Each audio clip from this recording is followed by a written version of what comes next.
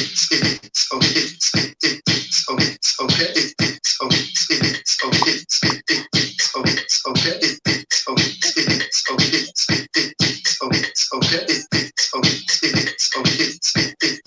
haven't heard that one in a while, huh? It's been a long time. Okay, so it says live. I'm just waiting to get some video from the That is Vintage live. House one. Okay. Vintage House. Yes, we are. Back Okay, again. There we go. We got you, Hey, Leonard. All right. I see everybody now. There's a delay, Leonard. There's a delay. Yeah, just relax. Hey, everybody, what's up? Vintage House, we're back. I can actually hear that music pretty well. Sounds good. So that's Jesse Saunders, the man of the month, with his new book that we have been promoting. He's been promoting. But tonight we're going to talk about why we promote, why we document. All right, Leonard, you can come on back to the studio. Woo, that was fast. I said, come on and join us. Good track. All right. Nice sure way that to the get music started. was right. Okay. Music was great. So come on in and join us so we can chit chat. So hey guys, thanks for watching. Lauren is in the house. Mega, aka Kevin McFall. Usually people do AKA like the real name and then AKA, but you go by Mega, AKA Kevin McFall. And I almost forgot one thing. Listen, it's going to be one of those kind of shows, so everybody just buckle up. Exactly. Anyway, we are here this week. We're going to talk a little bit about music history, a lot about music history, because I think that, Lauren, Kevin, you would agree that in the last, 5 or 6 years, there has been such a major uptick in the interest of the origins of house music, not only the origins, but sort of where it's gone. Yep, I'm going to show that in a little bit. I'm going to show it up close and personal, Leonard. Leonard has his own book. Jesse's got a book that is recently out where he documents so many great stories. And of course, we have Micah Salkind's wonderful masterpiece that we've talked a lot about. He was on the show to talk about it. And there's so many great stories that document the history of house music in Chicago. So I wanted to spend some time talking about that. Why is it important? Why is it happening now? So maybe we'll start with that question. Why is that happening now? And folks, if you're watching, feel free to chime in. We'll start with the why. We'll start with the who are they featuring and who is being missed in the story. And then what next? So once we document all of this, where do we go from there? I know that so much of it is about preserving what we have grown to love and understand the importance of its history.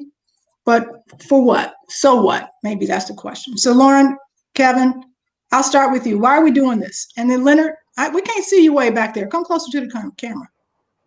Well, that's how I had it set up. I was trying to do something. You good? I did too. Okay. Well, now let me get a little bit more creative. Yes, let's defer to the archivist historian to begin. I'd love to start on that. I mean, I really think so. When we think about Black music generally, and I consider house music, Black music certainly is formed with it's informed by lots of different music styles and certainly genres. But to me, Black history is critical. Black history can be overlooked. It can be usurped. There's so many things that happen with Black anything, unfortunately, that it's critical that we take control of the music history and make the world understand and know that this is, created by people of African descent. So to me, creating and being a part of the Modern Dance Music Research and Archiving Foundation was always about preserving history. And we have to be able to do that with artifacts, with memorabilia, with stories, with histories. It's critical that we do that. So, in whatever way, shape, or form, this show is one form of, preserving and celebrating that music history. And I think focusing on sort of Chicago as one of those focal points is also really important to do. So to me, everyone's story is so important. I don't think it's just started, really, 5 years ago. I think everyone, like Leonard, they were doing their own sort of part in that preservation. But really, my thought was really we have to bring that to a scholarly level. So it is, celebrated like jazz, celebrated like hip hop. So many. So is it taking it to the scholarly level? Is that an important juncture in recognizing the importance of any music genre? Does it have to sort of cross over to where people are studying it in the same way that people are studying house music right now? Kevin, maybe you can answer that. But I know I think one of the unique aspects of house music and its adoption by the archivists and historians is because there's such an affinity of a lifestyle as well as the music itself. That raw, four on the floor beat associated with house music is very closely tied to the roots of African percussion, Latin percussion, and because of that, I think it warrants the kind of investigative exploration and research around its origins. Not to mention, it just moves the soul, right? So there's such an emotional connection to it, and people want to understand, well, how can I recreate that emotional connection? What are the elements inside? Who are the people? What were they feeling?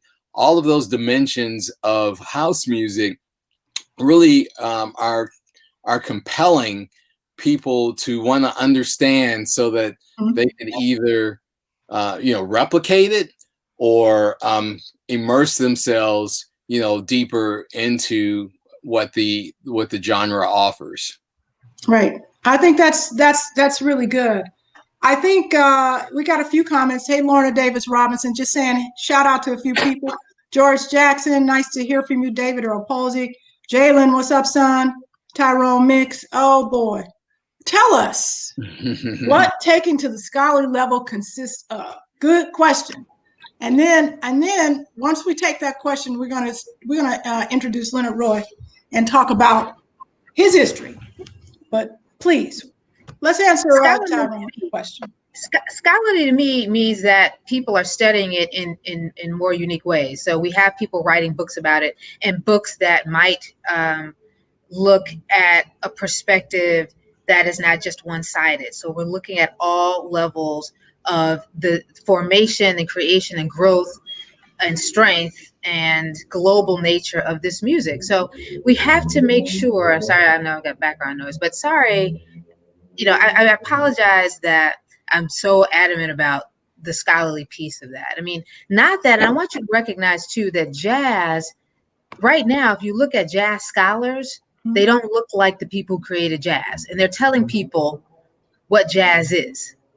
So there's some faultiness to having a scholarly sort of embrace of the music, but we have to be able to study it. We have to make sure that the people who created the music form are celebrated and their artifacts preserved, because again, and we've seen this over and over again with all genres of Black music and Black everything, that someone else will say they created it, and we wouldn't have preserved the artifacts that said that we did. Right. So I just think, the scholarly level is great. That's just me and you saying, meeting someone from Germany and convincing them that this was birthed in Chicago. And they're like, no, it was birthed in Germany. So how do we prove that? How do we discuss that? Like, no, my boy Jesse did this, that's just not going to work. So we need real interpretation of the music, what happened, books that discuss it, shows like this that discuss it, something that's documented that people can see, people can tell their own stories about the music. What's up, John?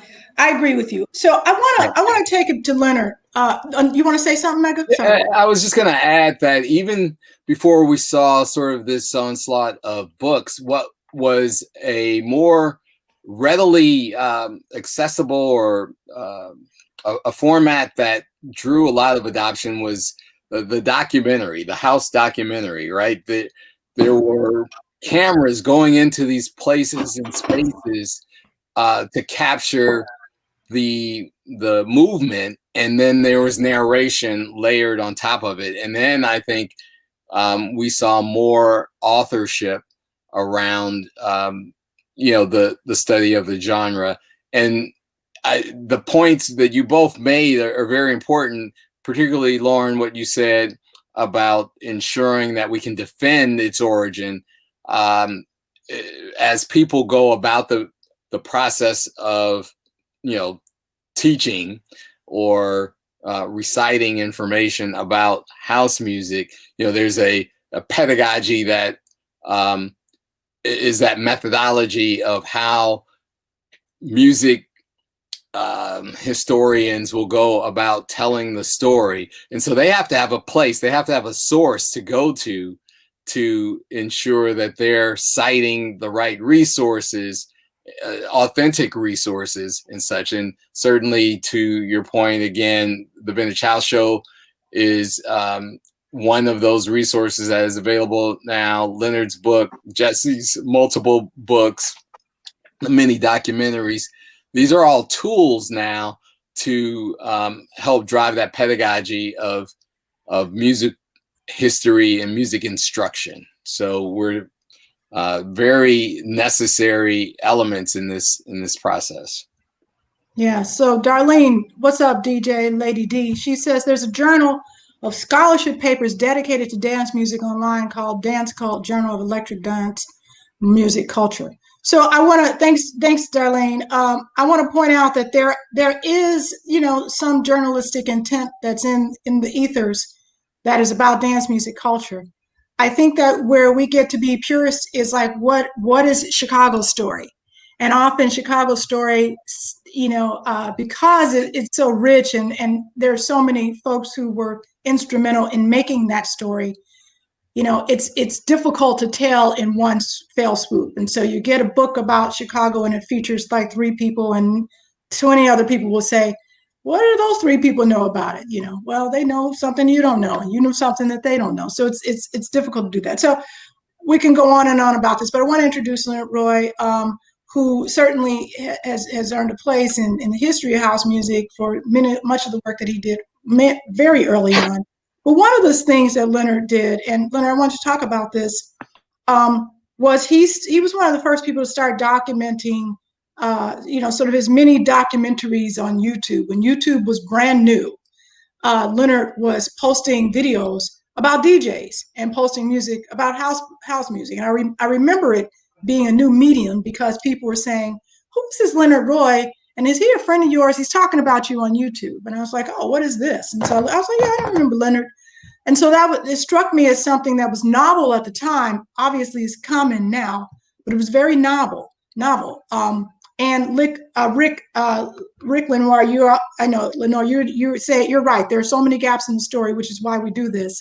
But I want to just hear from you, Leonard. What was the motivation to do those first YouTube videos that we saw? How long ago was that? First of all, I think it was. Yeah, that was about 12 or 13 years ago. Yeah, so very early on. My motivation behind doing that was I survived my first deployment to Iraq, and I returned to the States. And once that happened, I started thinking about different things. Like a whole lot of other things became important to me after that first war experience. So I said, okay, I'm going to start doing videos and documenting everything I know about that I knew from when we all started with the house music thing. And that is where that motivation came from. So did the war experience give you a sort of a thirst for life, or what was it about that experience in Iraq that made you want to connect whatever you experienced there to documenting house music? Fill in that gap for me. Because it made me realize how important some things are that I discounted as, See, the thing about that, if you're in a doggone situation and, you just naturally think the sun is going to rise tomorrow and everything's going to be rosy and bright, you don't really think about things. that are more important to you than you believe, right? But once you're in one of those situations where it's everything that you are used to and everything that you had is removed, you focus on those memories to get you through the horrors. And when I got back, I said, hey, look, I gotta pay tribute to everybody that I know that did whatever they did when we were young. And that's just where the ball started at. You know, I mean, it started, I think Farley was like the first one I did.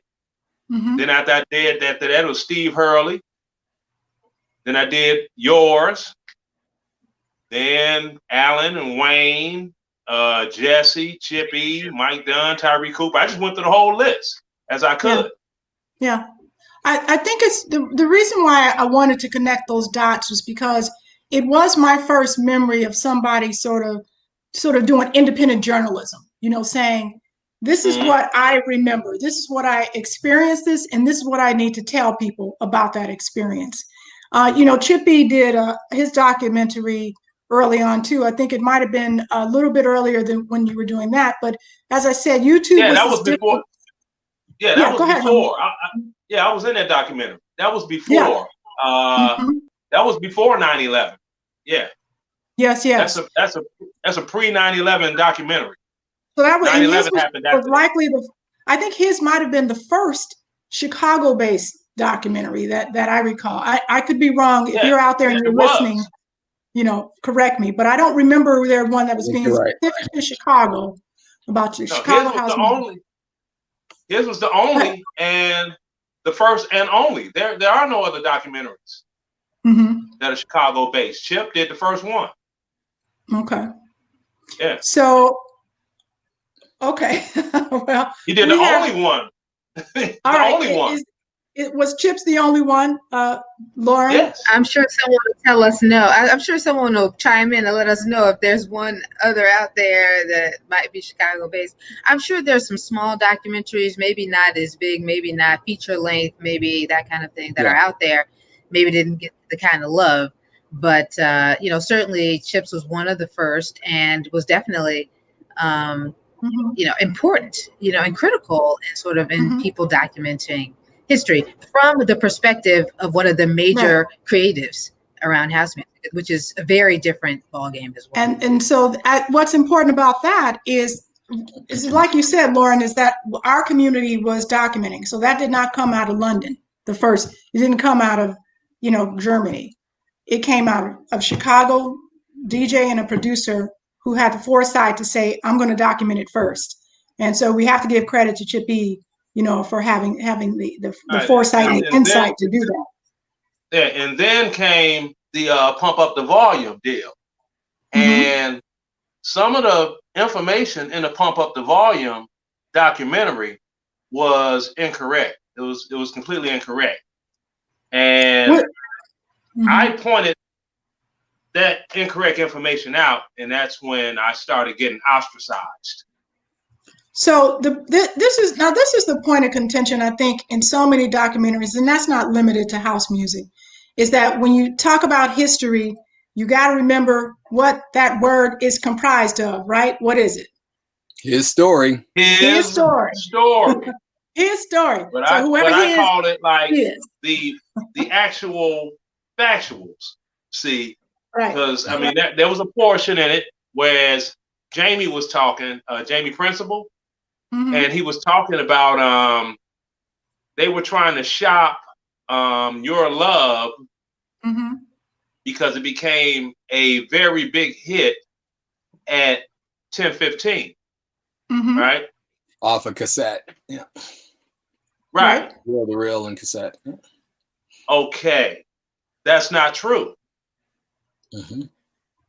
That song was out in 1982.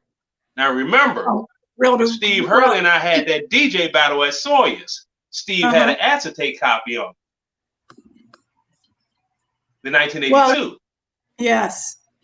Right. And, you know, so Craig is going to come on when Craig Loftis comes on. He's going to join us at some point. I want his opinion on this too. The power plant didn't open until 1984. Remember? Okay. So how did Jamie get with Frankie and make a song in the booth at the power plant in 1984 when we were playing it on cassette in 1982? It's a good question. I'm Exactly. gonna So after I brought that up, it was like, oh, we can't argue that. And then that's when I became Mr. Controversy, Mr. House Spell Check. But that's all right though. I only get facts. I only get facts, and that's it. So let's talk about this movie. What happened to? So yes, Jesse Stein. I was going to bring that up. So TV Unsung, TV One Unsung. The documentary / television show Unsung was a Chicago-based story. Well, that counts. That was Chicago. Now, it wasn't a documentary in the traditional sense of like film festival, go see it, what have you. But it was a documentary about Chicago. Right. And I know that I will not say who had it right or who had it wrong, because I do think that everybody has their version of it, and unfortunately, sometimes versions can be very biased. So if I never saw you when I was, in the heyday as a young person, not, at 18, 19, 20 years old, where I'm going out every single night, and then someone pops up on the scene and says, hey, I was there and I had this influence and people didn't recognize me. I say, okay, I believe you, because it was a big city and there were lots of things happening in 1980s. So it's possible that the person who wrote that story did not know you. Right? Yeah. I mean, that's very possible, and that's very feasible. But 1980, when you, myself, Craig, Alan, Tony, all of us were trying to do our thing, by 81, we were well established. All of us were well established.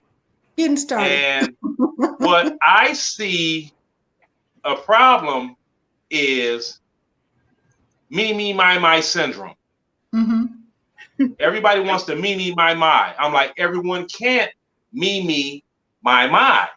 Right. Each individual did a certain particular something that made this whole thing work and drew the crowd in, amongst our peers. Everybody has a part that they played in that script. There is no one person that, they're the know all, be all, the greatest thereof, and this. No, there's no person like that. There isn't. What if we Everybody had social media something. back then? Right. Everybody did something. Everybody remembers. Like when I said with you, I was like, when I met you, Chicago State. I was like, ooh, she's better than me. I'm not gonna get beat by a girl. I gotta go home and practice. You gotta stop saying that, Leonard. That's the truth. I'm not what I don't have to defend the truth. The truth defends itself. All right. Hey, so David Allen, thank you for watching, David. He said there were several crews working the street and the scene was fragmented. So David, I'm glad you chimed in, because there is something that I do want to share. But let's talk about the fragmented scene. What do you mean by that? And maybe you can chime in on that, Lauren or Kevin. You were probably around. What was fragmented about that?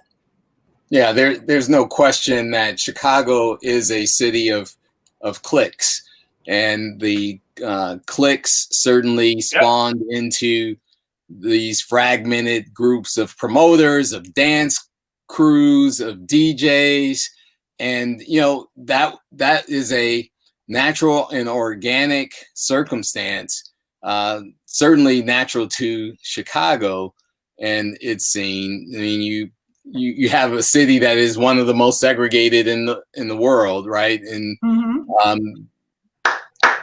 divided by the lines of North Side, South Side, West Side, and within each of those neighborhood divisions, right, you had multitudes of people whose parents grew up together and knew each other, people who went to the same high schools, who formed, these amalgamations of people with, shared values.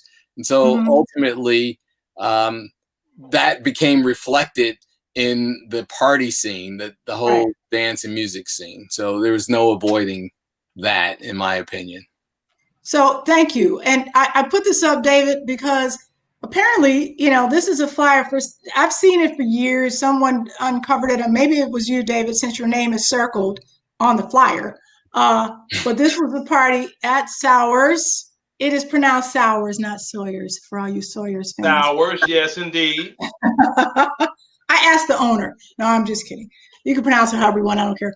But this was Dave Risqué and Gucci Sounds, Inc. Ladies, let's come alive at the premier miniskirt ball and super battle of Chicago's top disco DJs. That's what we called it in 1982. This was in April at Sours. And I'm telling you, this is where they could put as many names on the flyer as possible. And if just the people on the flyer showed up, you had a party. But exactly. Of course, we knew it was bigger than that. Honestly, I don't remember this party. I think I was there. My name is on the flyer somewhere. But this was a big deal. David, you had something to do with this. You were spinning. Any of you guys remember this party? I know Celeste said she was there wearing her miniskirt and DJing. I'm like, what's up with the miniskirt, man? I mean, you had to wear miniskirts. It was all about the miniskirt. Man, they lucky I wasn't around there. What were the men? They would have to be naked if I was wearing a miniskirt. That's interesting because we talk about apparel as part of the lifestyle that was house music. The various phases when people were punking out and the preppy scene, and so to see by 1982. We kind of moved past that into miniskirt parties is an interesting phenomenon. It's so sexist. I'm just going to put it out there.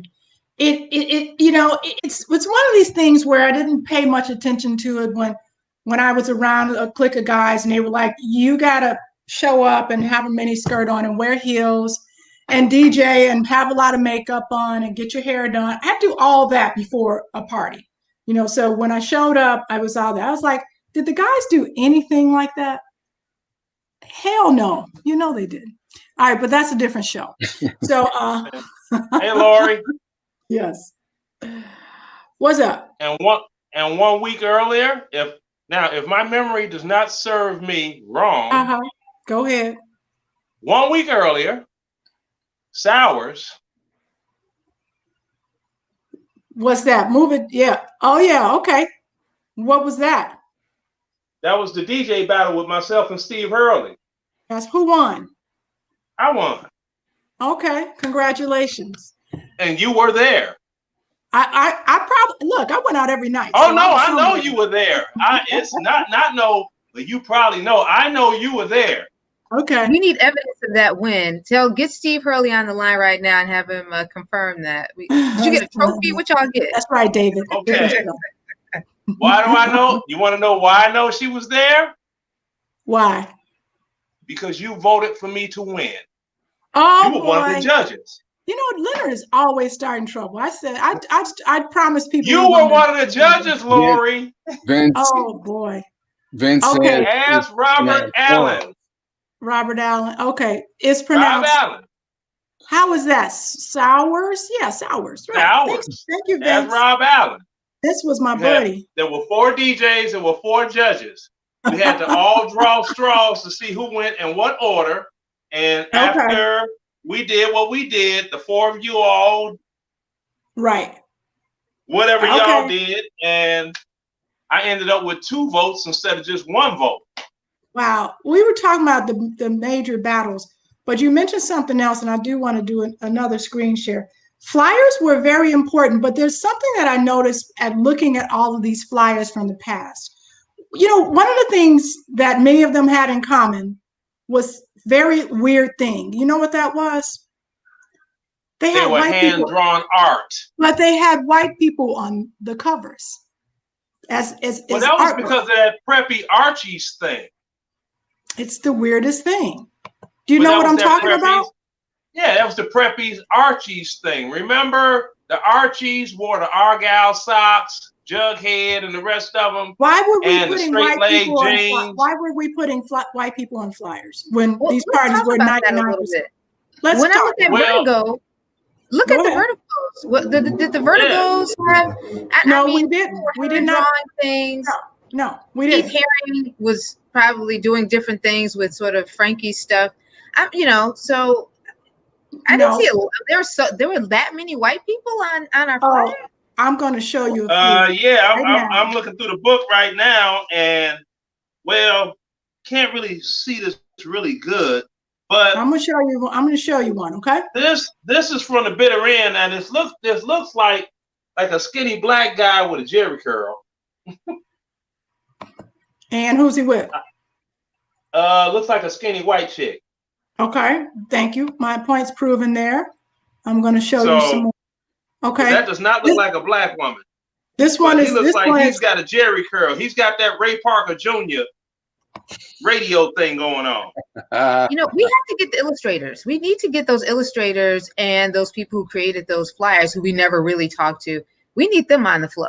Yes, and Matter of unfortunately, fact, I Antonio think Wade is one of those illustrators who look at this. Yeah. This. There we go. Yeah. Okay, Chicago Hot presents the Izod and Burger Bash Fest. That was at the Dalton Lodge in Calumet, off the Calumet Expressway in Dalton. So that was. I DJ'd a lot of parties with Andre Hatchett, but Lori Andre and Pierre Dunnigan. Attire Izod. Now, Izods, yes, hamburgers, what have you. But the point that I'm making is, why would groups of Black kids use white models, whether they were, why would you want that on your flyer? Discuss. Well, I can discuss. It's very simple, Lori. It's very simple. It Okay. was the interracial racism within Black people, Mm-hmm. the light-skinned Black, dark-skinned Black thing, the Water Tower Place shoppers versus 63rd and Halsted by the L Station shoppers. All of this stuff, this division and this racism stuff, it played into part. Remember Kevin Abdullah? Yeah. Everybody wanted that hair like Kevin. Everybody wanted to be light-skinned like Kevin. All the girls was, that's like Jesse. Kevin's actually going to be on the show next with Hans Cherry. Yeah, you have Jesse. You have Jesse as a DJ. All the girls show up. Oh, he's so cute. Remember when Wayne had hair? He had that curly hair too. Alan had that hair. So this Roy. Remember Roy that was dancing with Steve Hurley? Okay, I think we got it. Yeah, he had that hair. We know Roy. He's been on the show, but you're making a really good point. Go ahead, Kevin. Yeah, Roy, this is one dimension of what it was, but there was also, as you spoke about a moment ago, the preppy movement, right?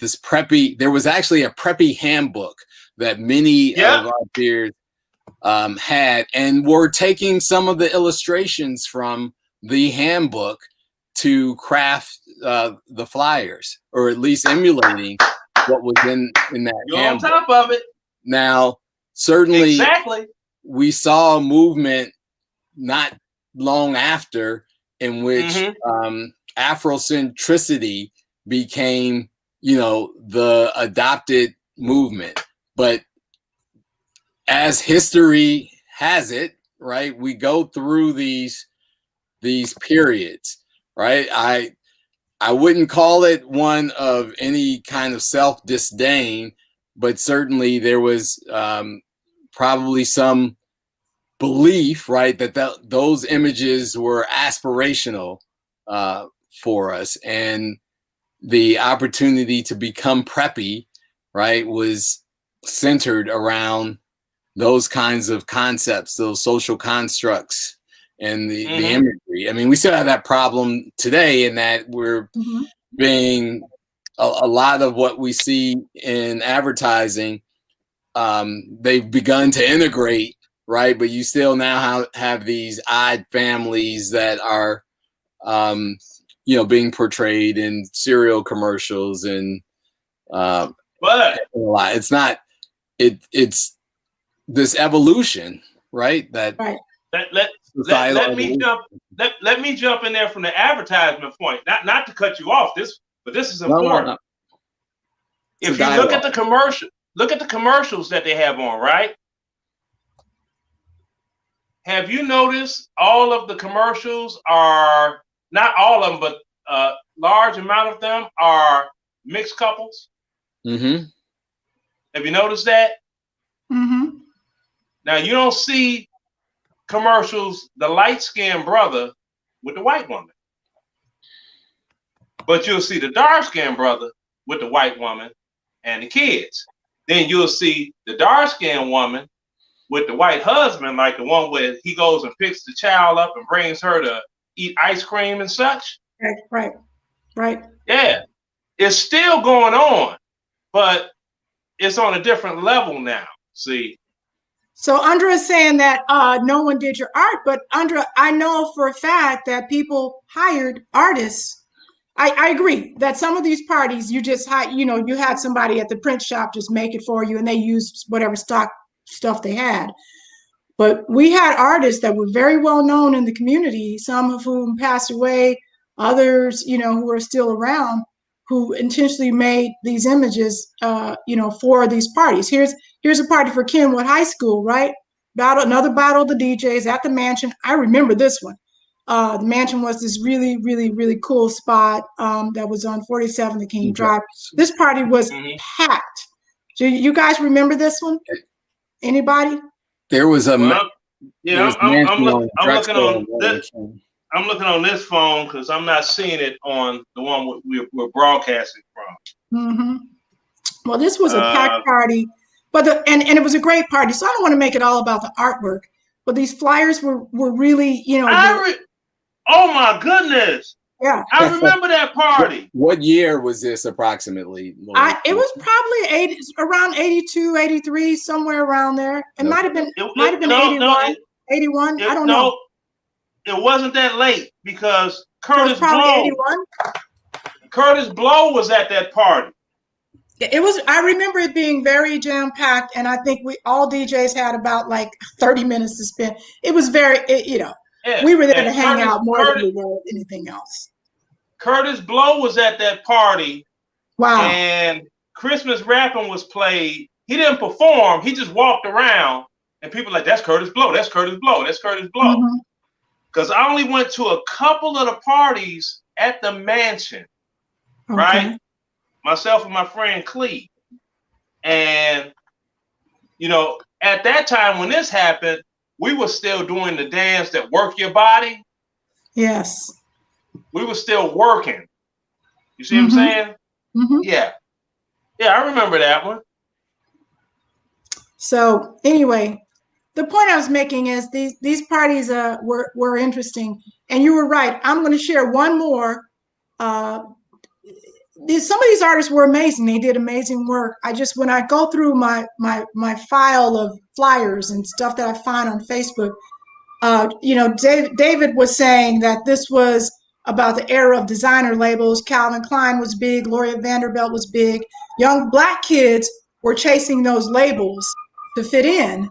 And so the image of young Black kids wearing those labels, didn't quite do it. So we put white people wearing those labels on there.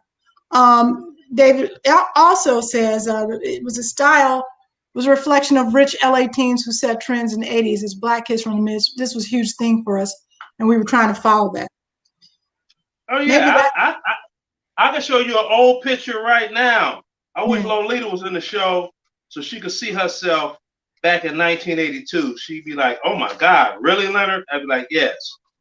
Look at this hairstyle and look at how she's dressed. Who's that? That's Lolita Fisher. She used to go to Kenwood. Okay. So Vince said Tanya Gardner was at that party too. Curtis Blow. So Tanya Gardner actually performed at a mansion party. I'm not sure if that was the same night, but probably not. I don't remember her performing, but man, a lot going on. Yeah, she did a lip sync over Heartbeat. So I want. So 1982 is an interesting year. I wanted to just talk about like the context in which some of these things were occurring. That year was the year of Thriller came out. Michael Jackson. We weren't playing it. Oh yeah, Rex Perry. So Wayne Williams thriller. Rex Perry, yes, Craig Rex Perry. Um, bless him. He was one of those artists. So Wayne, maybe you can weigh in on why is it that we were using white artists, and then I will leave. I mean, white models in our art history, and then I'll leave it alone. Okay.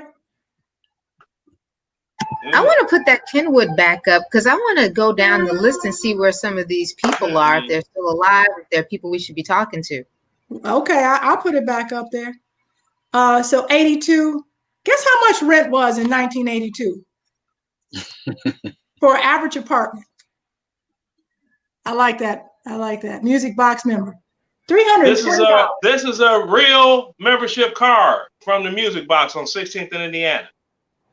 That was the first Music Box. Mm-hmm. Nice. Yeah. Okay, how much was rent, Lori? $320 a month. For what? How do you know that? You were renting spaces in 1982? I don't know. I remember paying a lot less than that. You get you a new house for $70,000. That was pretty good. But then you had minimum wage was $3.25 an hour. And you had a recession kicking in that year under the great President Reagan. And we as DJs were getting over like fat rats. To quote Wanda Ray song. We were getting over. I mean, I was making $600 a weekend at the Ring Zone. You had to have a pretty steady job to do that. Yeah, I mean, I was making about that too. He was making. I was making more money than some of the girls' fathers that I was dating. Yeah. How much was a gallon of milk? I think I actually have that somewhere. It was very cheap. I don't remember, but I know. Gallon of gas was 90 cents. How about that? See, because with the Ring Zone, it was like this. JR worked a deal with the owner, right, to go half on the door. And it was, $5 to get in. And on average, we would do 1,000 teenagers on a bad night. So you're looking at a $10,000 weekend. JR had $5,000 in his pocket afterwards.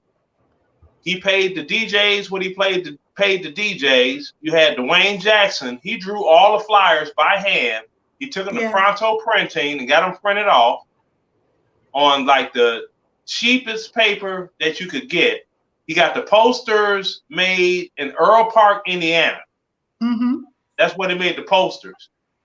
When we started out, we were so humble. I mean, we rode around on our bicycles, right? We had the 10 speeds with the luggage racks on the back. Remember those? Mm-hmm. We would get a bunch of the posters. Now, JR would get the whole load of posters, like 300 posters. We had a power drill and drill all the way through them, and you had 2 holes. Everybody had their zone, and we would leave on our bikes and have them clipped to the back. It was always coat hanger on the doggone poles already, right? So we just loop them up, wire them up, and hang up all our posters, And I mean, people, they talk about, well, was money being made? The Ring Zone made some serious money. The Ring Zone bought all of us our first cars. It bought Lil Jon. DJ Lil Jon, DJ at the Ring Zone bought him his first vehicle. All right. And everybody else. And it was so much money made at the Ring Zone that it purchased the Ring Fitness Factory that Nate Simpson sold about 6 months ago to someone else. And that place is still there. That's the legacy of it all. You see, the rink opened up in 1975, and it was like the first Black-owned skating rink. And that was in 75. Then once JR got with Nate in 1982, he was about to close the business, but that's when the house music thing kicked in. That's post bitter end partying. And the way the thing went was, I don't know if I know you all remember. I'm not even going to even say it. Marvin Terry. Yes. Remember Craig, Marvin Terry? We're waiting for you, Craig. Call in. Oh yeah, Craig, come on. like, come on, Craig. But While we wait for but Craig, Marvin Terry, Because he's what going to launched join. this is what launched the Ring Zone. Marvin Yeah. Terry gave a back to school party featuring the Hot Mix 5, right? And it was a DJ battle. The Ring Zone DJs versus the Hot Mix 5, right?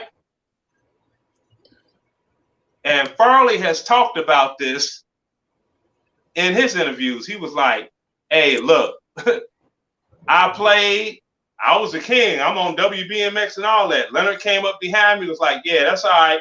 Watch this. And I went into some rare zone of some sort. And it was just like, oh! And that's what built the Ring Zone. And after that, I was a headline DJ forever, you know? And you know, the thing with me with DJing, it wasn't I was so into the music and I was into this and I was into that. It was like, I'm not even gonna be politically correct with this. It was anger, okay? It was strictly anger. I went to Robeson High School. I lived in Inglewood. I was considered ghetto. Everybody had their noses up at me because we do this and we do that and we play here and we play there. So I'm like, okay, you know what? I'm going to have to be twice as good as they are to get my respect. And I practiced and practiced and practiced and practiced and became the best that I could ever possibly be. And when the opportunity presented itself for me to show my greatness, it was a doggone landslide wipeout. And, you know, me, for anything that I have in this DJ thing, I fought for every inch of what I have. Nobody gave me nothing. You know, Nobody conversation, gave me any breaks. I hear what you're saying. And David agrees that you were well respected. So, you know, thanks, David, for weighing in. I mean, I had to, you know, instead of being, you know, kumbaya, we're all, you know. Right. I had to go there. You had to fight for it. I mean, it's cool. You had to fight for it. I had to fight for it. Can I jump in for a second? And then I would love to hear Go ahead, Laura. I think that you're bringing up a point that we talked about last week. You know, Reggie was on, and we had a lot of people watching the show last week when Reggie was on, because he talked about something very similar, which was that there was this class distinction. There was friction in the community then that not everybody felt. Some people felt it and some people didn't, because there was the haves and the have-nots. Right. And it is not something that we talk a lot about, but it is something that is important if we're trying to understand the history of house music in Chicago. Why is that? I'm gonna ask Lauren and Kevin this question, and then I want you to respond. Why is that discussion so difficult for us, Lauren? We'll start with you. You know, I think there's issues on so many levels. I mean, I think the gay population might have felt different than the straight population. Maybe the gay population felt that there were issues, or maybe saw that there were issues around them. Plus the class system, as if we're going to call it class, you know, sort of systems where, you know, Reggie from the Ickies versus someone from Inglewood versus someone from someplace else. Some things I think sometimes are internal. You know, sometimes you are feeling like there's this big divide between these people, or people are treating you differently, or that kind of thing. You know, sort of from some points of view, but in other points of view, you feel like there's some real sort of issues with people being cliquish and not being welcoming and that kind of thing. And so you put your own sort of pressure on yourself. All these things need to be talked about. I mean, there are people like me who didn't see that there were a lot of issues around sort of people's backgrounds and, you know, income status and gender preference. I didn't see that. I just saw a love of music. We're just dancing. We're having a good time at Mendel, at Quigley, at the clubs that we snuck into, and could care less about that. But I think so there are other populations that do feel there were issues. But Lauren, you're speaking from a place of privilege. So you're saying you didn't. That's exactly you didn't see that. Didn't see it. But you didn't see that because you didn't need to see it. So if somebody like Leonard or Reggie is saying they felt it, I mean, it's this sounds like a little bit of like, you know, the racial discussions that we're having. Like people at work are like, I don't know what they're talking about. Yeah, right. You know, well, it seems fine to me. And I felt the same way. I'm not pointing it out to you. I felt the same way. I didn't know that this even existed because I didn't see it. Right. So that's well, Lori, you wouldn't have. It. Well, Lori, you wouldn't have seen it because I mean, number one, very sexy woman. Number two, light skin. You wouldn't have seen light skin, light eyes, all that. You wouldn't have seen it no way. So you were like that. You were like the desire. She saw none of the sexism at all. No, your appearance was the desire of every man. Greg is ready to come in. Lauren's gonna have a heart attack. But I want to say this because it's thematically something I say on nearly every other show.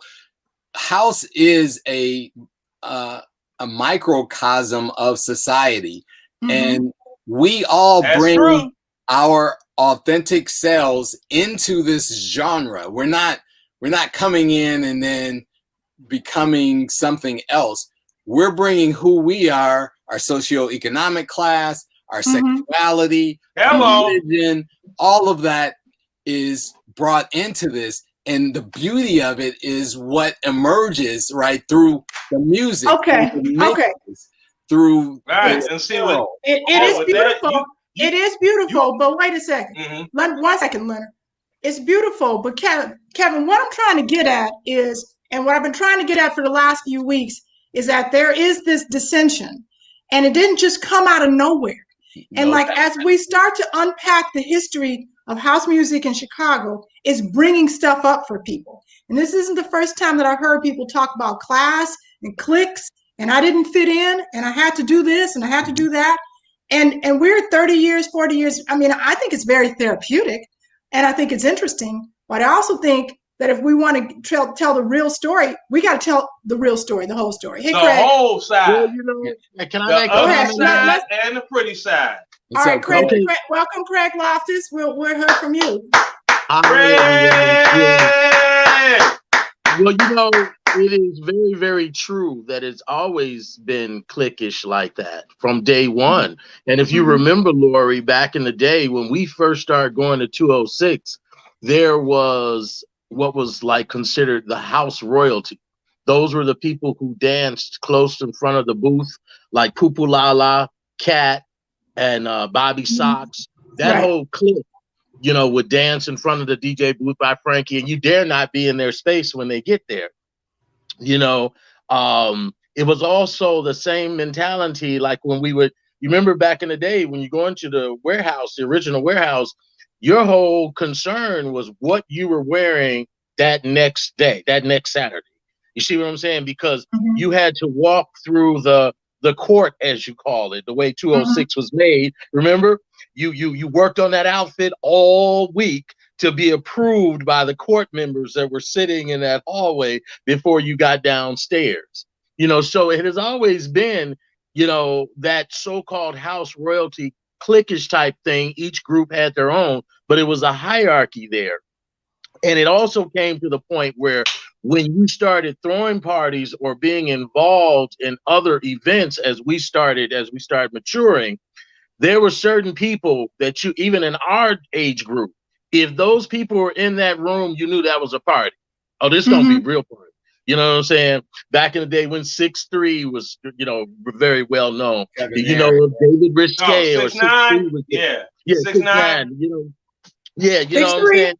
6'9", 6'3", whichever one of them. I'm old now. But but you understand what I'm saying? There were certain people that you would see and you knew, and that was because of their ranking in our community and house music. You know, what does that mean? What do you mean by ranking? Tell me what that means. It's like they were like, I would say more, you know, they were like the house of house. They were, you know, they were always fashionably correct. You know, they were just somewhat like the Helen Baileys and the, you know, the Arthur Baileys. They were just always the elite of the elite, you know. And when you saw them in a party, you kind of you knew, oh yeah, this is gonna be one of them parties, because you walked in the door. and you would look who's in this room, just the same way as we do DJs now.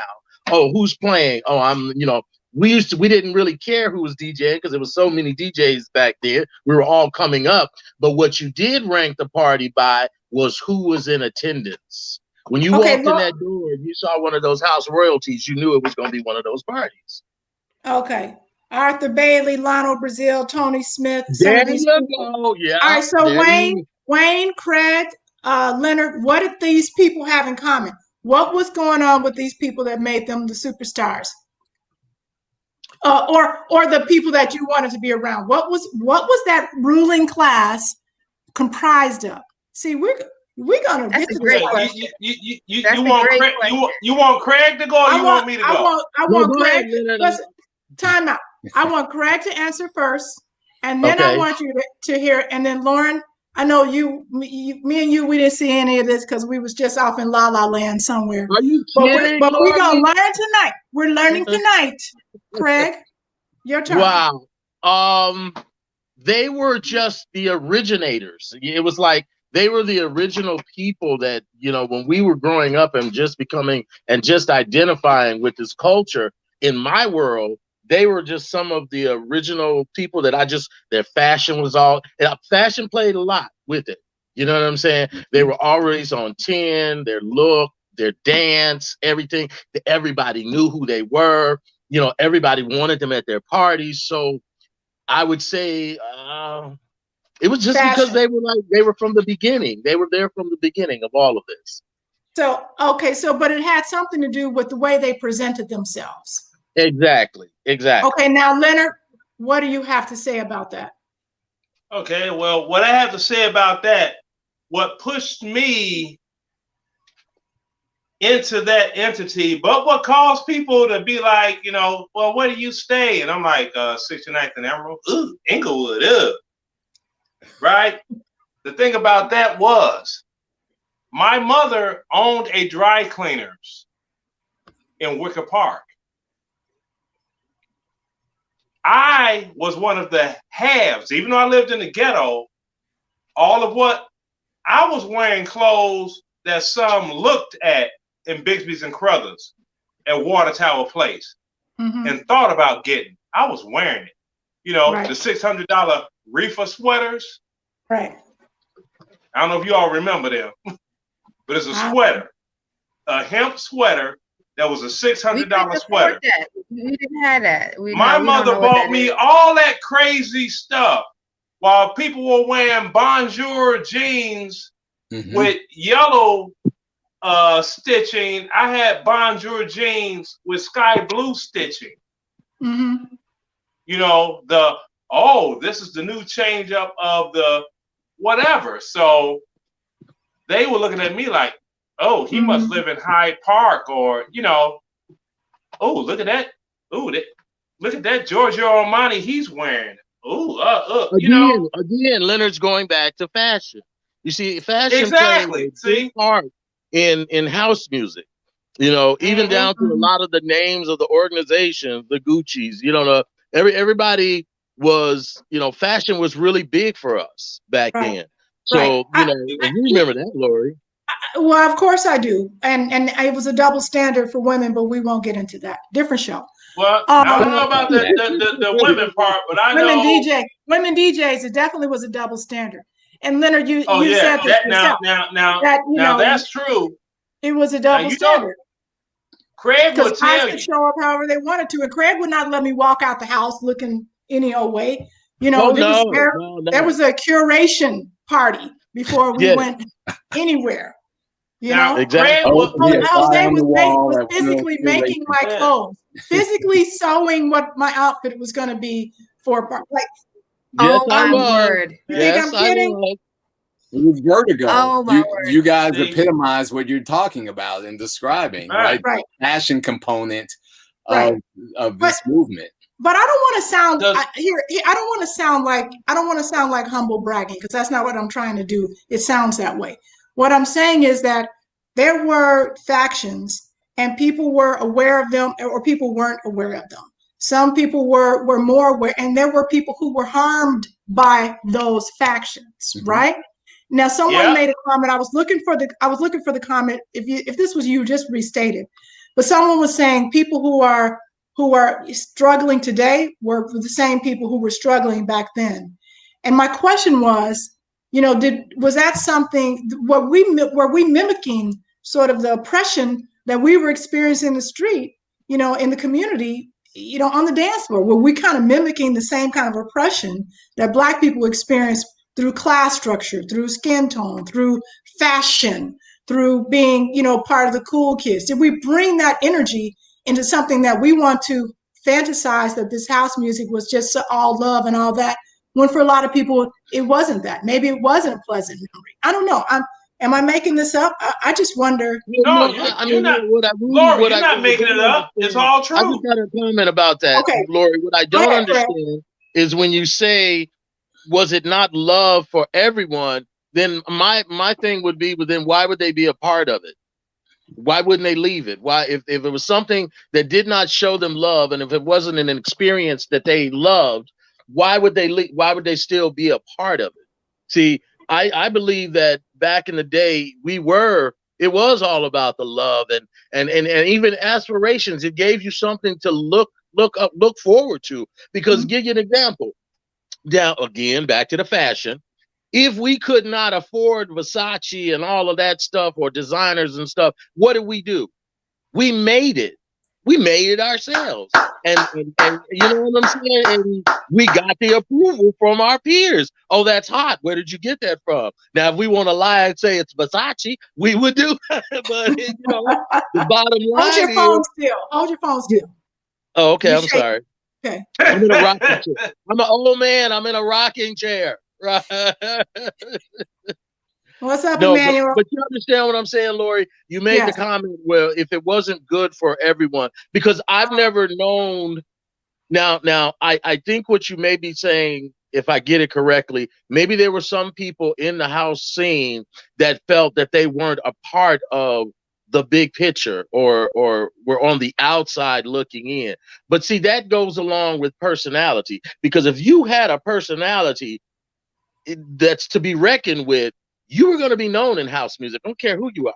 They're going to know who you are. I hear you, Lee. Okay. So what's interesting about that point is one of self-esteem. As a young adult in the age range of, let's say, 16 to 20, right? There were challenges where people were still developing self-esteem around who they were and their identity. And so, exactly. Of course, there was angst in that process, and it was exacerbated by the house scene, right? Because you had fashion, you've got popularity, you've got all these attributes and dimensions swirling around someone struggling with, and I'm no psychologist or psychiatrist, but I was a teen, right? So I can relate to what some of the people might have felt, but through time, through experiences, hopefully you move through it. But I think what we're talking about is that there are people who still haven't.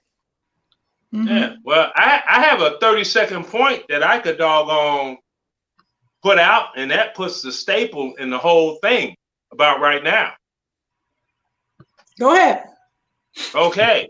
Now, back at that time, you had the doggone resurgence of the gang culture in Chicago. Mm-hmm. Gangbangers dressed a certain way. They listened to certain types of music. Now, those of us on the South Side, the South Side house heads, we did not wear those fashions. We did not listen to that music. We didn't play Was Dog a Donut. We didn't play JB Monorail at our parties. You had to go skating we to hear wasn't that. wearing baggy jeans and 40 shoes and bucks and all of that. Okay, your gangbanger attire. So you had a classism issue back then, because we would go, you had all those nice stores at Evergreen Plaza, but what was it called? It was called Ever Black Plaza, because that's all you ever seen were black. All right, Kevin, what we're talking about tonight is we're talking about the history of clubs, Fliers, and some of the dissension, that has risen out of out of that, it's boiled down to like, was there a class issue and did it hurt people? So I put my banner up. I'm sorry for interrupting you, Leonard. Go ahead. Oh, no, you're all right, Lori. But yeah, it was a class issue. And, you know, you had people that were hurt in the process of, because they were made to feel lesser than if, well, they didn't have an Izod shirt. Now, think about this. We're talking about 1980 to 1985, right? Minimum wage was what, $3.25 an hour? If you go to buy Izod's shirt, that was a $40 shirt back then. Yeah, we used to share them. We would share our Izod shirts. Now, guys, we on the South Side, we started wearing 2 shirts at a time. Well, go ahead, 2 different Craig. colors. Yeah, I just have a problem with this, that you guys are saying that, you know, some people felt hurt or not. I can't grasp that. I can't So get my head around you're that. saying, okay, Craig, the point you were making was this. You're saying, why would somebody stay in a scene that did not want them? Exactly.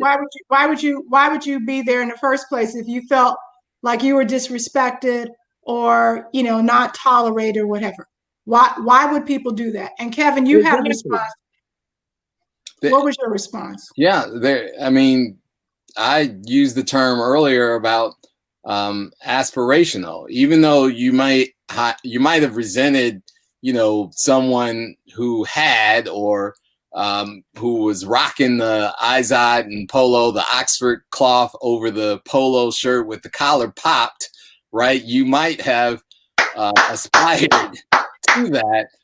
And so you were going to be present. You were going to see what those trends were, and you were going to go back and figure it out. Just like Leonard, you spoke very well about what drive is, right? And you said, you know, you came from this different neighborhood than the neighborhood where some things were popping off, and you grinded until you came out with fire, right? You were blazing the decks because you were driven, because you wanted to ensure that you represented yourself well, and you know, maybe even set new standards. Right. So Leonard, go ahead, Lauren. At the same time, when we talk about sort of these class divisions, let's talk about even if you don't even think about it, you're from Inglewood, but you're still pointing out the gangbangers had their own thing, and maybe that was less than. So even if you feel that you would have been discriminated against in some way, you're still kind of discriminating against other people too. It's that cliquey thing. It may not be less than, but I think house music did bring those people together. They all wanted to be in the same place, listening to the same music, whether you felt one way about them or another, and it would bring people together. All right. So Lori Crossley is like, when you walked into 206, all that BS was irrelevant. Was that true? If you walked into 206, was that all irrelevant? Now 206 was a whole different entity. Well, let's take it. Go ahead. I'm sorry. Let's take it to the music box and the power plant, because that's when you got, okay, 206 had more of a gay clientele with the experimental straight trying, you know, enjoying it. The music box and the power plant kind of like really introduced the club scene to the straight kids all over the city. So it started out with a gay undertone, but eventually it was taken over by the straight kids and the house heads, you might want to call them. But it was everybody. There was tons of thugs that used to go to the music box. Tons of them used to go to the music box. Some of them used to come to the power plant. Even when we opened the power plant, we had issues with some of the guys in Cabrini Green until we had a face-to-face with them. And then they started coming to the club. You see what I'm saying? So it did transcend. I think, Lauren, you was the one that said it. It did transcend where everybody just wanted to come and hear the music and enjoy the party, because these thug guys were used to going to the Copper Box and all this other stuff and things like that. But they would come and they would go to the Music Box and the Power Plant. And even back in the day, some of them would come to the Warehouse. But that was a whole nother story because they was coming for another reason. But we ain't gonna go there. But that's another story. Right. So it sounds like you stifling the truth. It's just like we did evolve. That there was that dissension. I keep using that word. I don't want to say that. There was tension. There was class culture and class tension that some people were aware of. You know, I can't help but say that that was a bit of a microcosm of the larger societal tensions, because it sounds that way. And some of us were aware of it. Lauren Lowry grew up in the same neighborhood I did. Maybe that's why we weren't aware of it. You know, so I don't know, Lauren. I'm putting you on the spot. I would like to speak to someone who was aware of it. I'm still fellas. Leonard is saying he was aware of it. Very aware of it. I'll take it up another notch. Take me back to the 80s. Leonard, do me a favor. Take me back to the 80s when all of this was starting. Where and when was there somebody that just felt like, everything was happening back then. So when was somebody feeling like they weren't a part or they were hurt or any of that? Because everybody had their own little scene. Everybody was doing something. So yes. So what did that look like? What did that look like, Leonard? Okay. Perfect example. I go to Vertigo parties. I would go to Vertigo parties, Craig. And young ladies I would meet at Vertigo parties. We would have conversations, and once I gave the address to where I live, oh no, you live in the ghetto. Oh no. And that transcended into. Now, hold on, Craig. Craig, hold on. Go ahead. Let me get it out there. That transcended even into the DJ aspect of it all. Do you know how I would not be considered to even play with certain DJ groups strictly because I went to Robeson High School and nobody wanted Robeson High School ghetto thug students at their parties? Because I know how they did. They toe up. That's just what they did. They act the fool. Okay. And I understood that, So me understanding that aspect of it all, like, okay, they're going to be stupid if they get there. But I was judged by the school that I went to opposed to the talent that I was bringing. See, you had X amount of Robeson students that were on that same house music vibe, right? And really, it wasn't even house music back then. It was Punk Out, B-52s, Visage, Frequency 7, Euro blah, disco. blah, blah, blah, blah, blah, blah. Because remember, we all go back. We all go back to First Impressions on 13th in Michigan. Okay? Pre-Playground. We all go back to the first impression. So there's a few comments I want to address. So I think that what I'm seeing overwhelmingly is people are saying, if people like you, Leonard, had issues back then, it was your issue, was not about the party.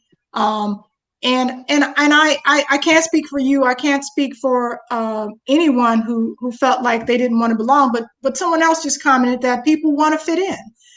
If I'm living down the street from the Music Box and I see all these kids going to the Music Box, and I live in the Ickies, why can't I go to the Music Box? And if I'm there and I feel uncomfortable about it because I do see a class distinction, I'm going to have a mixed feeling about it. I'm still going to want to go there, but I am going to feel like, oh, okay, these are people who are not like me.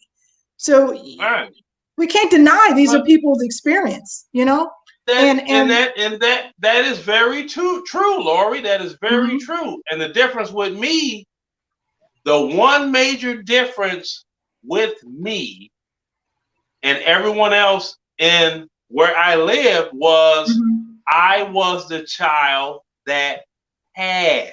See, like I said, my mother owned a dry cleaner in Wicker Park. I would be in the Wicker Park area where Coke Cleaners was. I mean, hell, you get the NBC news people and weather folk. I mean, that's the reason that I know. Remember Jennifer Beals from Flashdance? Yes, of course. I knew Jennifer Beals was black. Yeah, I knew Jennifer Beals. All black people black. know Jennifer Beals is black. She looked black to us. Well, not really. It's the white people that don't know she's black. That's a whole other show. Well, you know what? There's people that don't know that Jennifer Beals. Not to cut you off, Leonard, but you know, one of the things I did understand that you were saying, which made some sense, was a school.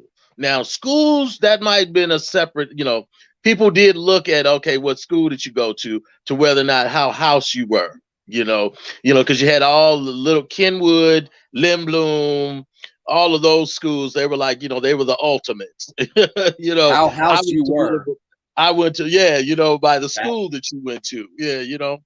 But other than that, I just can't see it, guys. I would just really have to get somebody on here besides Leonard. I'm sorry, Leonard, but for somebody who actually felt like they were alienated from the scene because of house music and the cliques that were going on. And I'm not talking about the new stuff. I'm talking about back in the day. Right. Because we just find it really hard back in the day. I mean, you know, even with the ones, like I was talking about the house royalty that we would see at 206 and places like that. We were not we were not part of their clique. And I don't even 9 times out of 10, we probably would never have been able to be. We weren't friends with them. And I don't think they looked down on us, but they had their own little group of hot people. And what we ended up doing is we just gravitated to people that was like us, and we became friends. So instead of trying to fit in with some other group, we created our own little group, and we all became friends. And we would still talk about, ooh, look, you see what Pupulala got on today? You know what I'm saying? That's how I look at it. I just don't see this thing going on that you guys are talking about. Craig, I agree with that 100%. I agree with that 100%. Reason being, people look at things personally from a different perspective. I agree with you 100%. You're right. Water reaches its own level. Everybody got together with their own people. I got 2 comments here. One from Harley the House, who saw nothing but love, followed by our brother. Hold on. Stop it. Followed by, I'm getting the wrong comment there. Followed by our brother Eric Eastmove Miller. Eastmove. There was definitely classism. Okay, so suffice it to say, I think that, you know, some people saw it and some people didn't. Some people experienced it and other people didn't. It hurt some people and some people didn't know it existed. Some people felt nothing but love and some people got turned away at the door. All of those experiences happen, and we can't deny that if it didn't happen to us, that it didn't happen to somebody else. And that is part of the house music story, whether we want to admit it or not. Right. Now, don't get me wrong. I didn't say that I don't believe that it was not classism. Oh, it was definitely classism in house music. That's a definite. I believe that. But when it gets to the point where you guys say that it affected some people in a negative way, that's where I have a problem. How else would classism affect people in a positive? I mean, it works for the people who get to be the classist. But if you're the class, if you're the, of course it's going to negatively affect. But you know what? I look at it like this. The people that are considered that I consider house royalty, I always use that. I love that little term. House royalty, they weren't always house royalty. They made their way to Hello. Okay. All right. Go ahead, Leonard. Well, I tell you, look, my defining moment. What was your defining moment? Yes. was when I opened for the Chosen Few DJs picnic in 2006. That was my defining moment right there. Okay. So for those that want to say, oh, Leonard and this and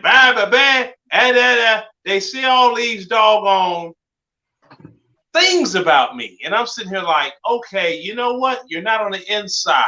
You're on the outside looking in, expressing your own whatever. But this is my point, Leonard, is that everybody has a right to express how they feel. What they do. How they feel they were treated. How they feel that it, he hardly says I was a concerned stepchild accepted by the gays, straights to the party. That's great.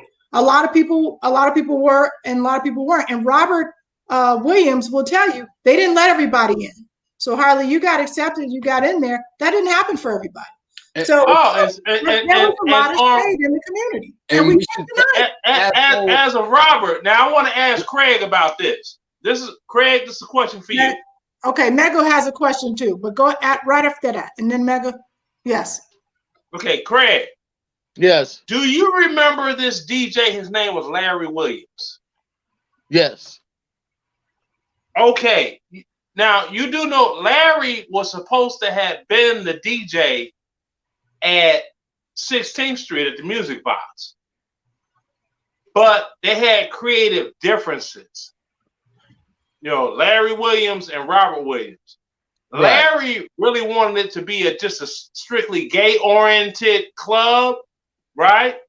Right. But Robert had a vision, and that's just when I forgot where I put my. Oh, there's my shoebox. I got to pull this back out. You didn't see this one. You know, this is what was Oh, let me get there. Yeah, you know that's the original, right? The original, right. Yeah, you know that's the original, right? Now, Robert had a whole different view of it. Robert Williams was trying to bring everyone together. Robert Williams, you know, there's some people that say, I hate Robert Williams, whatever.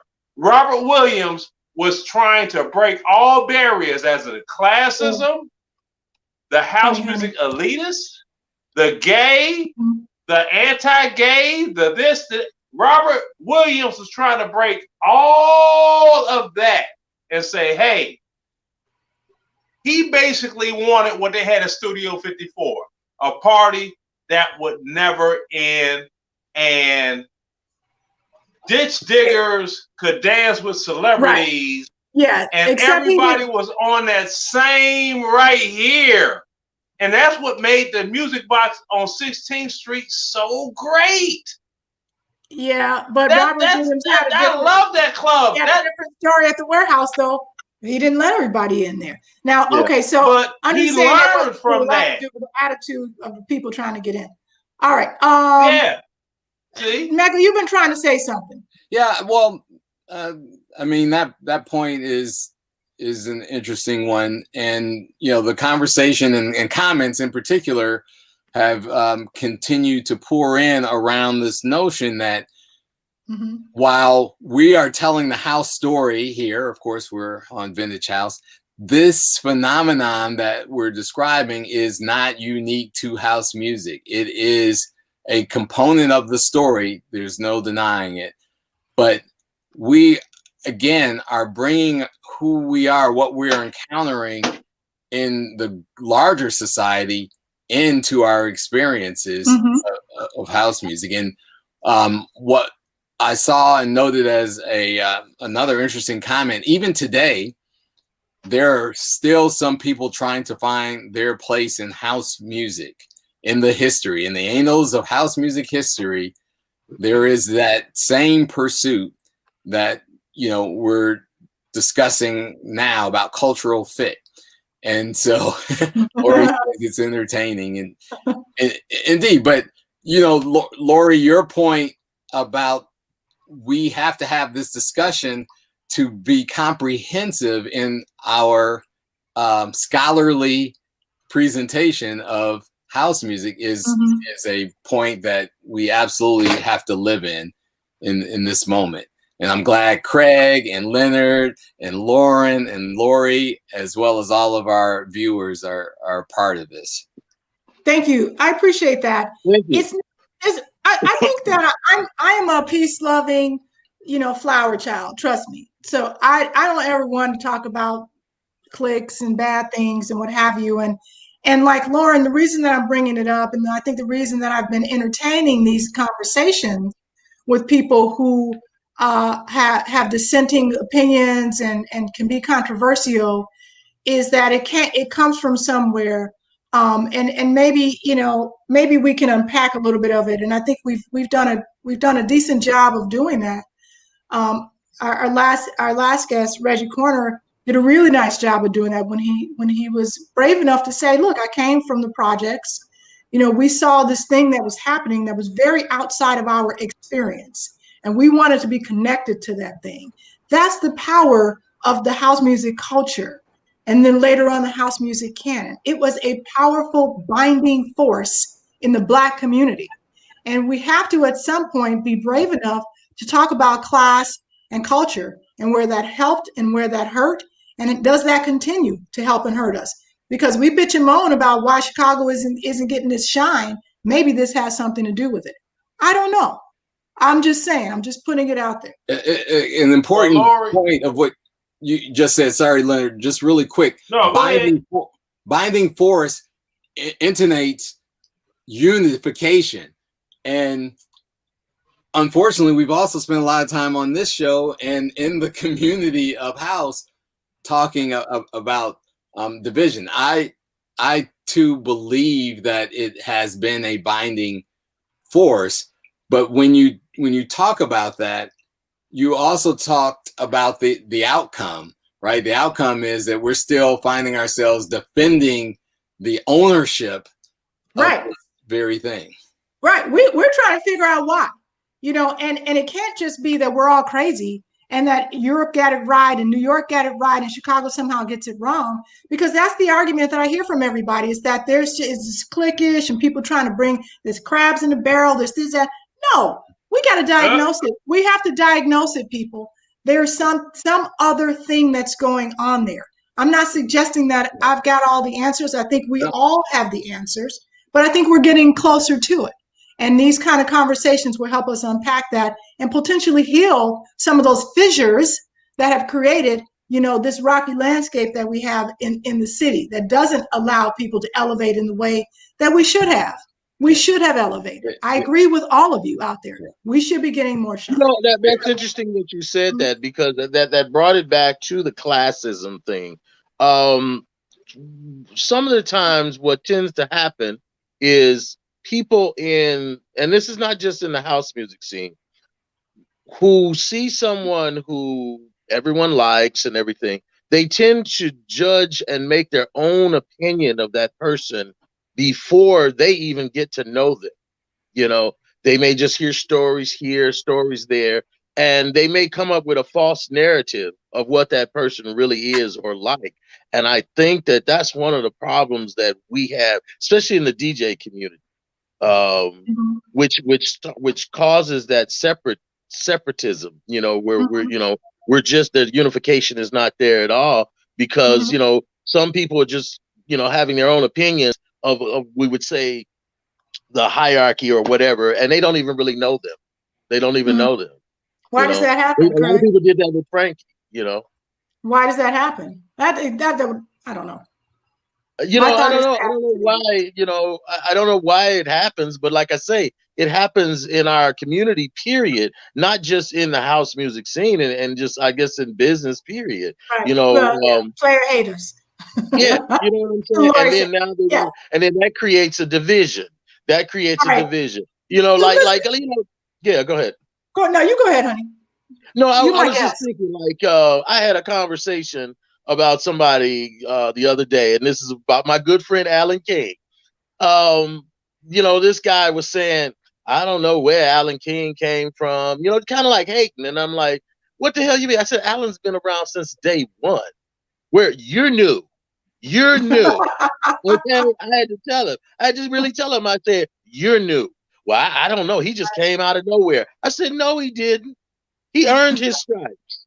He was around when Yeah, You're new." But see, this is what I'm talking about. You make judgment on somebody and want to hate on somebody when you don't even yeah, know them or even know their history. You know, just Well, because you just found out about him, now you wondering where did he come from and why does he have such a large following? And it's because he's been around since day one. You're and new. he's worked Craig, very hard, and he's immensely talented, and that's why. Exactly. Craig, Exactly. Yeah. they know nothing about paging Dr. Derelict. Paging Dr. Derelict. Hello. They don't. No, they don't. They don't. You know, and but see, the thing is that a lot of the problem that I see Yeah, happening is a lot of the younger Comments people killing in me. house music don't. You know, you have. I look at it like this: you have to know your history before you know. You got to know where you came from before you know where you're going.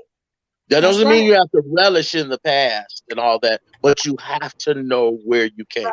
I like this comment, Ken. That's wild AF. It is. That's the best comment tonight. Be right And Absolutely. back. and Craig, So, you make a great point that we actually addressed it at the onset of the show, was sort of the rationale around why there are books and documentaries and the show and others like it, really working to ensure that the history is well documented and articulated. And so you're exactly right. You know, people have to really understand the history in order to know where they're going and to have a conversation that is rational, right, with someone like from. Right. yourself or anyone else on Yeah. this panel. A yeah, rational there's, discussion, right? Okay. it Well, does have to be question. rational. Yeah, one more point. I'll say this, and then I'll let you ask that question. Is that I think that I think we're onto something, everybody who's watching, and everybody here. I think we're onto something. We're going to create something very special because and I hear what a lot of the comments are. Players are going to just hate. Some people just going to be contrary. It's just the way of the world, right? You're always going to have that. But we also know that there is something that has been challenging about telling our story. Something challenging about telling our story, that every time it's told, that there's a backlash, that and maybe that's any story. Maybe that was the revolution, civil war. There's always going to be backlash. I just think that if we are going to be the city of love and we proclaim that house music is all that we have to be better, we have to be better storytellers, and we have to have a better story. And it's not just one or two haters out there. There's a lot of folks who think that we're not doing so hot. This is an important point because when early 90s, I recognized as the emergence of the house production community really took root, right? One of the things we weren't doing as a music industry or a set of music industry professionals was creating that narrative and pitching it out to the various media outlets, which had broad audiences. And so I stepped into that gap as what I claim to be the first house music publicist, creating the narratives, the biographies, the press releases, because of course there was no social media back then, and then going to Billboard, the Larry Flicks, the Dance Music Report,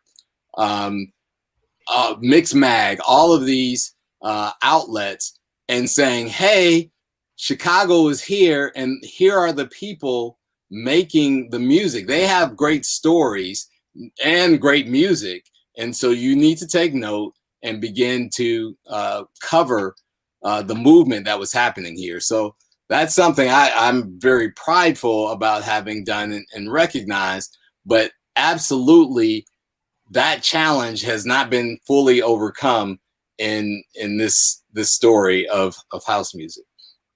Well, I want to thank you, Kevin, and I want to say I really appreciate the comments that are coming in, and they're all so important. All right, what's this? Funny, Yeah, and you on your show. I I'm, am legend. I'm, That's you. How you gonna do this?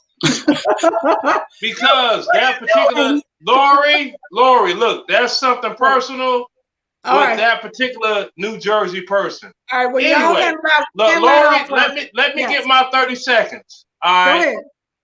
Now, Lori. Yes. Craig. He's there. Yes. Present. Okay. Because I know y'all know this is the first house music record. This is the bridge between disco and house. I'm finna play this. Oh, Lord Jesus. What this is. I'm gonna play a little bit of this. I'm gonna mute you while you lay it up, and then we'll put it on, okay? So listen, we are running out of time. I'm gonna let you play it. All right. Out of my hands, people. My goodness. It's out of my hands. It's out of my hands. Love taking over. Thank you. Thank you. Y'all know this. Chicago. Y'all know this. You're screaming, Chicago. I miss the studio so much. I really do. Yeah. Chicago. That song reminds me of John Jordan. You guys remember John Jordan? It does. It does. Remember JJ? Oh, you better know how to mix and play that. The problem of the bigger picture that you were talking about. It just so happens that right before the pandemic happened, I was privy to be a part of a thing that Marshall Jefferson and Derek Jones were putting together, which was going to be unbelievable.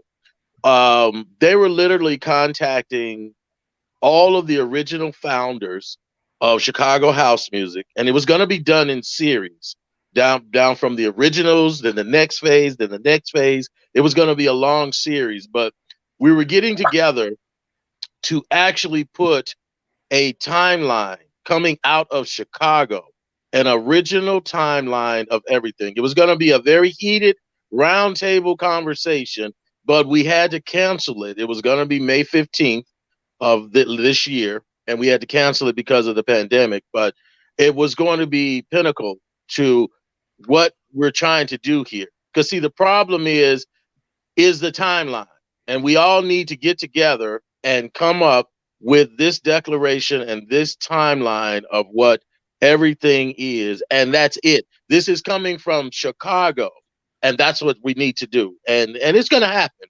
So we'll look forward to that. Go ahead, Leonard. And what Craig is talking about, I was going to be a part of that. Yes, and you will be when they do it. I drove to Savannah. No, this is what happened, and I'm gonna tell it. I'm gonna tell it. You gotta tell it in like the next 30 seconds because we gotta close the show. Okay, I'm gonna tell it in 30 seconds. Marshall Jefferson was in Savannah, Georgia. He had to go there for a funeral. I was in the car with my girl, and we driving, and we was following, and that's when I crashed my Mercedes. Remember I tore up my Mercedes? I saw the pictures. Because I made the wrong turn off 95. Yeah. So I was going to be in Chicago at the Chicago Cultural Center for that documentary that was supposed to be like an eight-part documentary that was going to be shot for Netflix. Craig, I'm not gonna put out there how the check that each one of us were gonna get for being a speaker. I'm not gonna put the money out we were gonna get paid for this. But let's not do that. We're not gonna do that. I'm not gonna put that out there. Yes. Okay. So I think we should try to keep it under wraps so y'all don't jinx it. Let's make it. We're gonna get it going, right, Craig? Yes, we are. It's definitely gonna happen. It's going to happen in 2021. We're going to do it again. We're going to try again. The coronavirus threw that whole thing off. You know, coronavirus is teaching us a lot of lessons, people. They say when you need a lesson, the teacher will show up, and coronavirus is this year's teacher. So I hope everybody is paying attention. Okay. So listen, we have a good question. Kevin said, who's going to be at that around that round table. I'm not sure who's going to be at the round table. Lee, I'm not sure what facts you're talking about, but I agree. It was more, let me just explain to you guys. Yes, one It was more thing. Go ahead. Real quick, it was a history of the music. It wasn't about the clubs, even though we did have a couple of the club owners there. It was more about the timeline of the music. We needed to lock down the timeline of the music. And now, as when we you do say the that, music, are you talking about, what are you talking about when you say the music? Are you talking about the canon, the culture, like, you know, my boy Smooth talks about? What do you mean? When I say the music, I mean the actual physical, the audible sound. The first house sounding, we're not even going to go with the first pressing because that was a big issue before. When we first went from Euro disco and classic disco, and then all of the people got in their basements and started jumping up with drum machines and keyboards and came out, bringing out reel-to-reels, that music. That's what we're talking. All right. Hey, I do have a homework assignment for everybody. If you haven't done so, Mega, aka Kevin McFall, did an amazing interview with Chip E, and where he talks about, it's on our podcast. If you haven't had an opportunity to do it, please subscribe to the Vintage House podcast wherever your podcasts are available, and you can hear this really insightful interview with Chip E and Kevin when they talk about the origins of the house music. So so much of it. That was a dope It's show. a great show. It's a podcast. You can just download it, listen to it in your car, and he sort of breaks down that it's all music, you know, in our community. Much of that early music, like other music, is influenced and informed by other things. So, Craig, I brought that up because I think your timeline and the house music sound is going to be a very interesting exploration. So you will keep us posted on when and if that is going to occur. Maybe there will be a virtual version of it. Is that possible? No, it'll be too heated. We need to physically get together. Yeah, do it virtually. Yeah, we physically need to be together because this has to, you know, it would be lovely to try to do it virtually, but it wouldn't work. You couldn't facilitate it correctly virtually. Yeah. Right. Okay, but last question. A quick point, real quick. I just want to say something. Out of everyone I've seen, Chip E was the closest. Chip E came up with a timeline that was almost the most accurate one that I've ever seen. I just want to let you know that. All right. Well, we're gonna listen. It's always going to be a story that keeps getting new additions. Even if we created the best version possible, somebody inevitably will not be there. So let's keep an open mind as these projects continue to develop. But I do want to ask one question as we close out the show. First of all, Leonard, I don't know where you went, but thank you for being here and being nice. I didn't leave. I had to get something. Thank you, Leonard. What's that, honey? Can't tell. That's the Chip E documentary on DVD. Yeah. Oh, wow. That's awesome. I think it's time for a rescreening of that, Chip E. He's not watching tonight. Dance Cult Journal did an amazing scholarly look at Craig's. Did you know this? Craig? Yeah. They what did is that? That's Darlene, the Chip E documentary on. There it is. Okay, what was the name this of is something different. It's the unusual suspects. We're talking about I remember that. That was great. Yeah, I'm in there. I remember that. Yeah, I'm in there too. Craig, we were there the same night talking. You know how Craig. What year was that? Yeah, go ahead.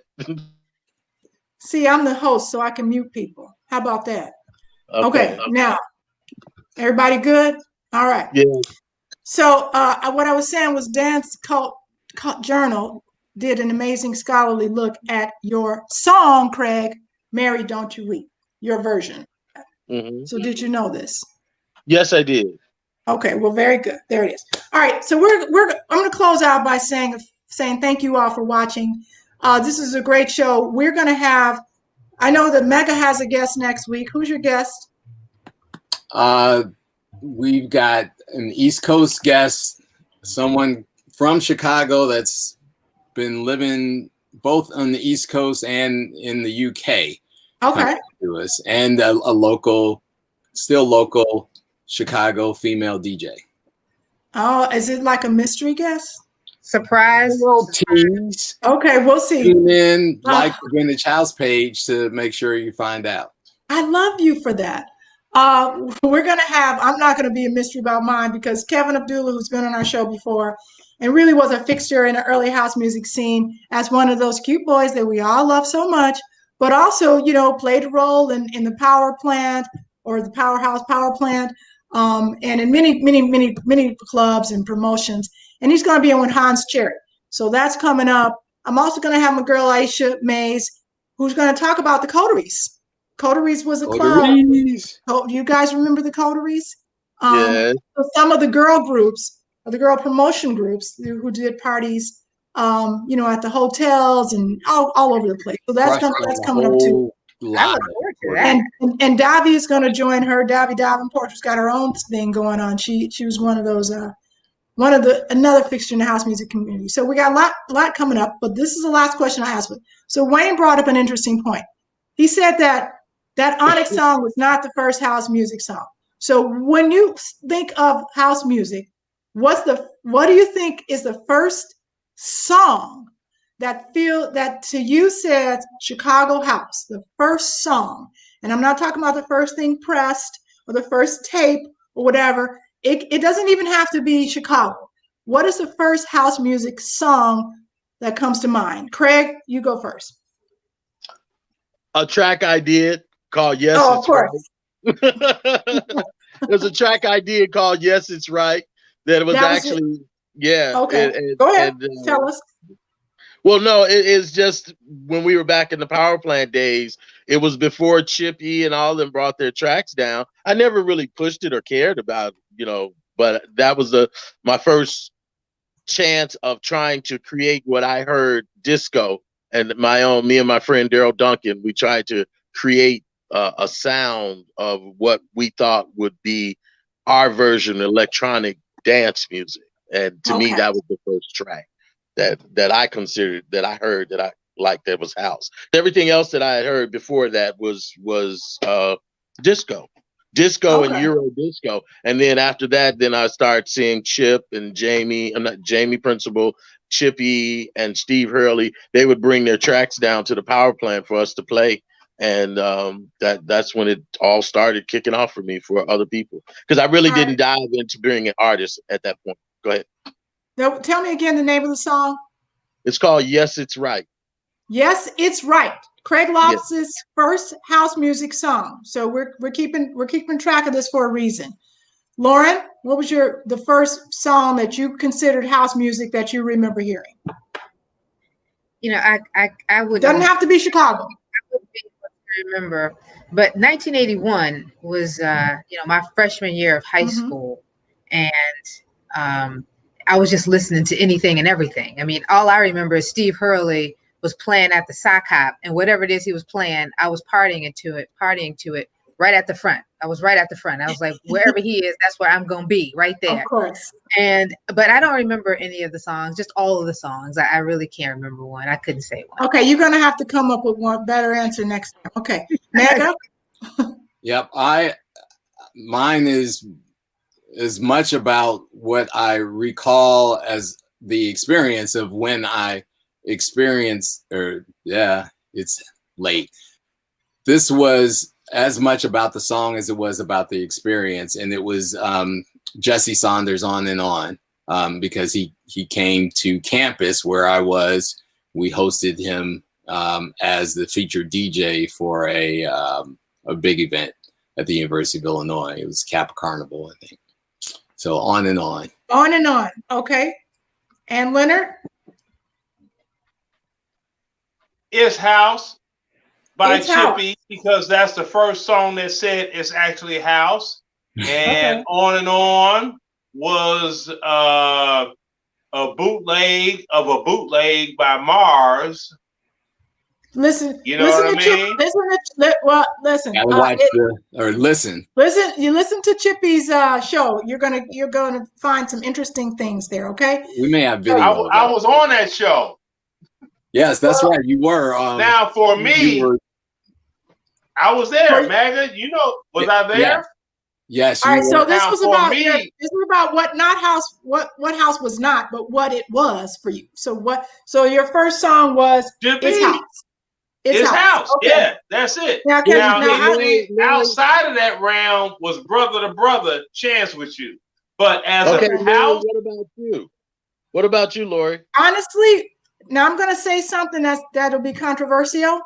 But when I think about the first track that I heard that was very different than the disco sound that we were used to, and for me was one of the songs, but it stands out for me as a song that ushered in this new era.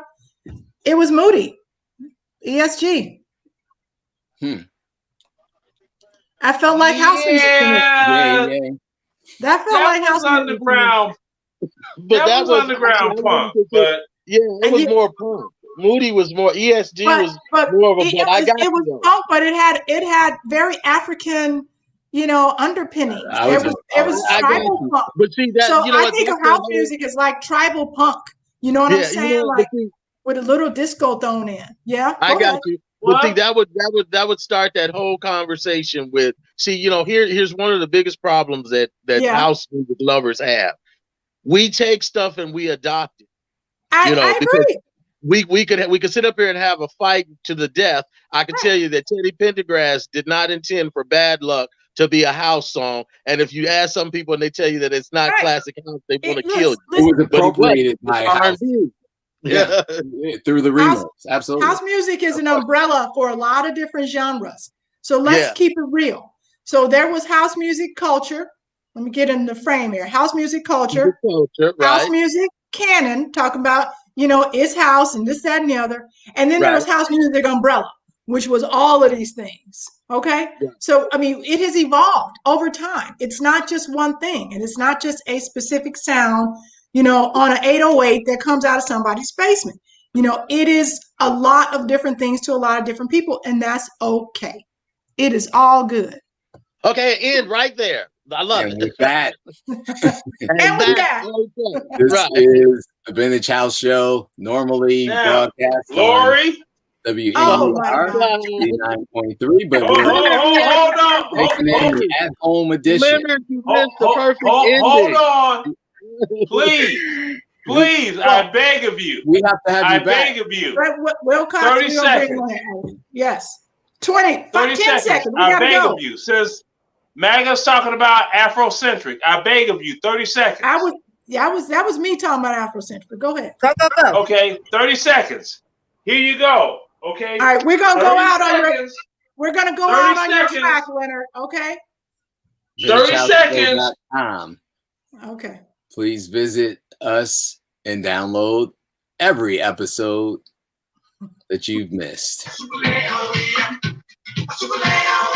Yeah, mantra. All right, keep it going because we're gonna go out on that. Just let it ride. Let it ride. We talk about this. I love you all. Everybody who's watching, you are my gift. Gift to me. Thank you so much. You should have let it. Just keep it low. Keep it going. Put it back on, Leonard. We like that song. Oh, okay. I didn't know.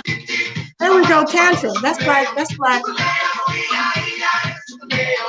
You know what? All right, you guys. What you say? It reminds me of you. Oh, I used to rock this one. Yeah.